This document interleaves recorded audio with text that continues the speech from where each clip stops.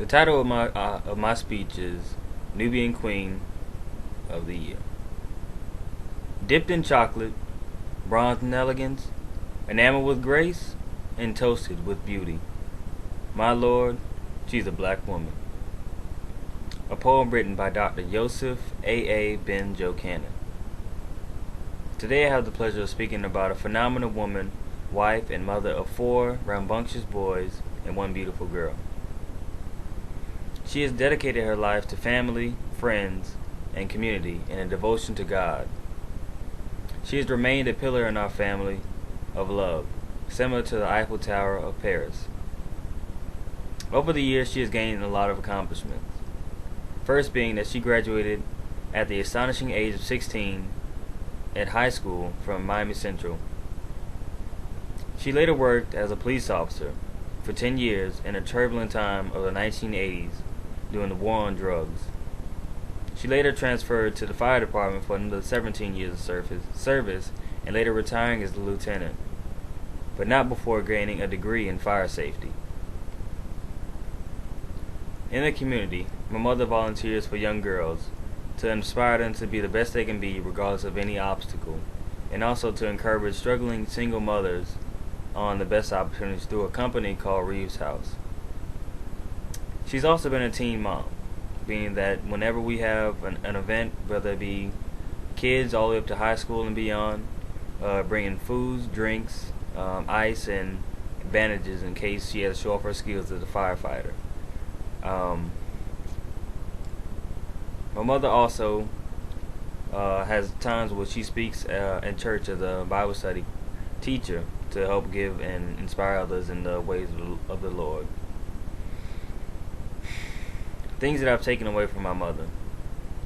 She has given me a roadmap to success by never giving up and always having a persevering attitude and not taking no for an answer.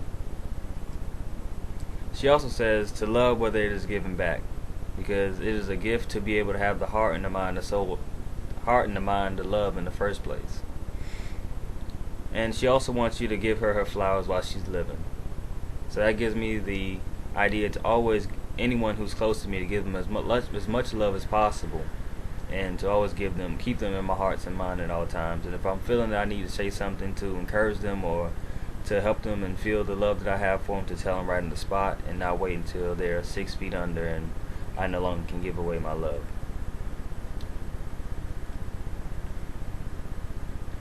And lastly, I'd like to tell you a quick story about my mother's perseverance. My mother, after leaving the police department and joining the fire department, she had to go through the same training, the rigorous activities that men and women have to accomplish to join the ranks as a firefighter. So the push-ups, the running, the lifting of heavy equipment, climbing ladders, running through smoking buildings, and completing this in the time that's allotted for every other individual.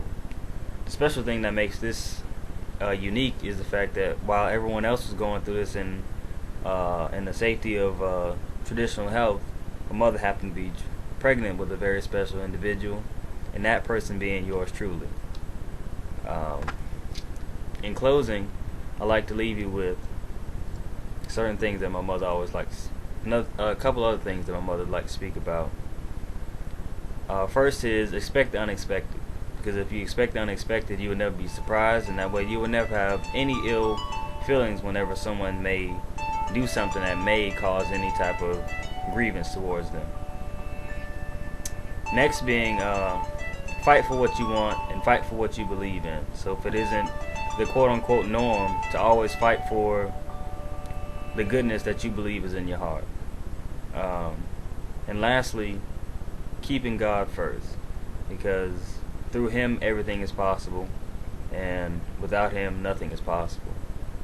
And I thank you for your time. Peace and love, everyone.